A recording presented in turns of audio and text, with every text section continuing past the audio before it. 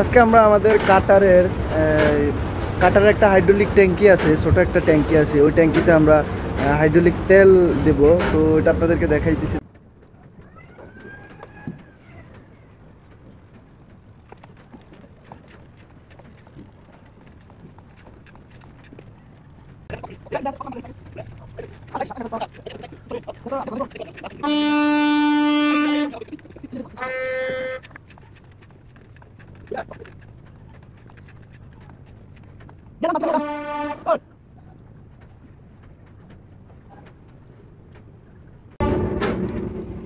এটা হচ্ছে আমাদের হাইড্রোলিক। এটা 68 গ্রেডের হাইড্রোলিক। আমরা জাহাজে জাহাজে আসলে 68 গ্রেডের হাইড্রোলিকই ব্যবহার করা হয়।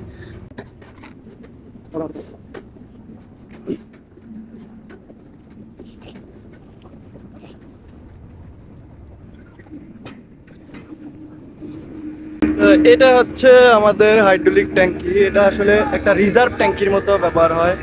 কাটারের তেলের সমস্যা হলে বা কইমা গেলে এখান থেকে ফিল আপ হয়। এটাতে মোটামুটি 20 লিটারের মতো লাগে। আমরা এখন এটাই করতেছি।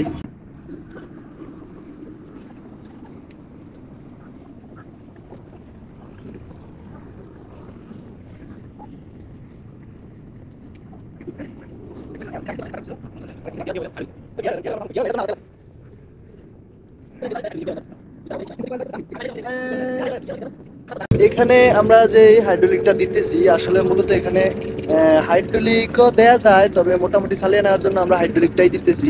অন্য আরেকটা এটার জন্য নির্দিষ্ট একটা তেল আছে যেটা দিতে হয়, কিন্তু আসলে আমরা সংকটের কারণে দিতে পারতেছি না বা আমরা এই তেলটা পাই না। তো এখন আসলে এই তেলটা দেওয়াটা কিন্তু খুবই গুরুত্বপূর্ণ একটা বিষয়, কারণ এইখান থেকে কাটারে সাপ্লাই হয়। কাটারে যদি তেলের সংকট হয় বা তেলের লেভেল কমে যায় তাহলে এখান থেকে তেলটা যায়। যদি না হয় তাহলে কাটারের যে বেয়ারিং আছে ওই বেয়ারিংটা গরম হয়ে যায়। মোটামুটি এটা একটা লুব্রিকেশনের কাজ করে এবং সাথে কুলিংয়েরও কাজ করে। প্রত্যেকটা লুব অয়েল বলেন, আপনার যে কোনো গিয়ার অয়েল বলেন, এগুলো কিন্তু লুব্রিকেশনের সাথে সাথে কুলিংয়েরও কাজ করে। তো সেক্ষেত্রে যিনি আমাদের বেয়ারিংটা, এখানে বড় একটা বেয়ারিং আছে, কাটারের বেয়ারিং। আমি আপনাদের কাটারটা দেখাইতে পারবো, কিন্তু বেয়ারিংটা তো ভিতরে। তো এখন ওই জিনিসটা তাহলে কি গরম হয়ে গেলে ক্ষয় হয়ে যাবে, অতি দ্রুত নষ্ট হয়ে যাবে এবং ভেঙে যাওয়ার সম্ভাবনা আছে। এর আগে একবার আমাদের এই বেয়ারিং ভেঙে গেছে, সিল চলে গেছে। তো আমরা এই জন্য খুব সতর্কতার সাথে এগুলো একটু খেয়াল রাখতে হয়। তো আমরা আপনাদেরকে দেখাইতেছি কিভাবে আমরা এগুলো করবো। আমি আপনাদেরকে একটু লাইনটা দেখাবো আগে, এখানে তেলটা দেওয়া শেষ হোক।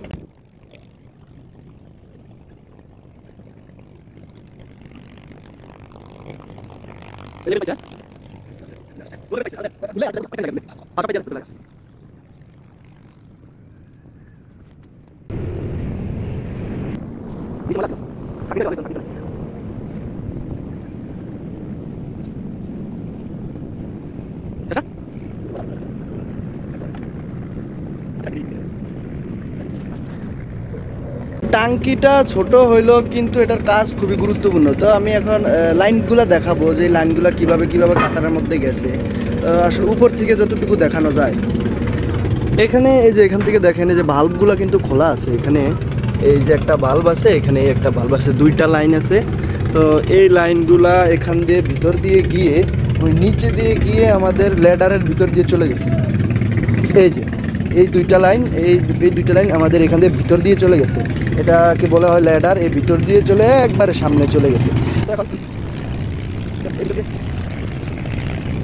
ওই যে সামনে যেটা দেখতেছেন এটা হচ্ছে কাটার। এটা ঘুরে ঘুরে ঘুরে ঘুরে মাটি কাটে। আর নিচে এই পাইপটা হচ্ছে পাম্প ইঞ্জিনের সাথে সম্পর্কিত। পাম্প ইঞ্জিনে ভ্যাকুয়াম তৈরি করে, আর যে মাটিটা কাটে ওইটা পানি সহকারে এই পাম্প ইঞ্জিনের টানের সাথে এই পাইপে দিয়ে চলে যায় এবং ডেলিভারি হয়, ডিসচার্জ হয়।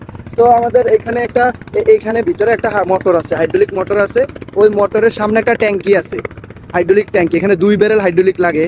তো আমরা ওই তেলটাই যদি কখনো কমে যায়, যে 2 ব্যারেল তেল যেখানে আমাদের দেয়া আছে 420 লিটারের মতো, তো ওই তেলটাই যদি কখনো কমে যায় তাহলে আমাদের ওই ছোটো ট্যাঙ্কিটা থেকে তেলটা ফিল আপ হয়। তো আমাদের সবসময় এটা খেয়াল রাখতে হয়, কারণ এটা খুবই গুরুত্বপূর্ণ। কারণ এটা পানির নিচে থাকে, তো কখন কি হয়ে যায়, যদি বাই চান্স কাটারের কিছু হয়ে যায় বা মোটরের কিছু হয়ে যায় তাহলে কিন্তু, বেয়ারিংয়ের যদি কিছু হয়ে যায় তাহলে কিন্তু আমাদের ড্রেজিং বন্ধ হয়ে যায়। তখন বড় ধরনের একটা কাজ হয়ে যায়। ড্রেজিং অফ রেখে তারপরে আমাদের এই কাজে যেতে হয়। তো আজকে এই পর্যন্তই। সবাই ভালো থাকবেন। ধন্যবাদ সবাইকে। আসসালামু আলাইকুম।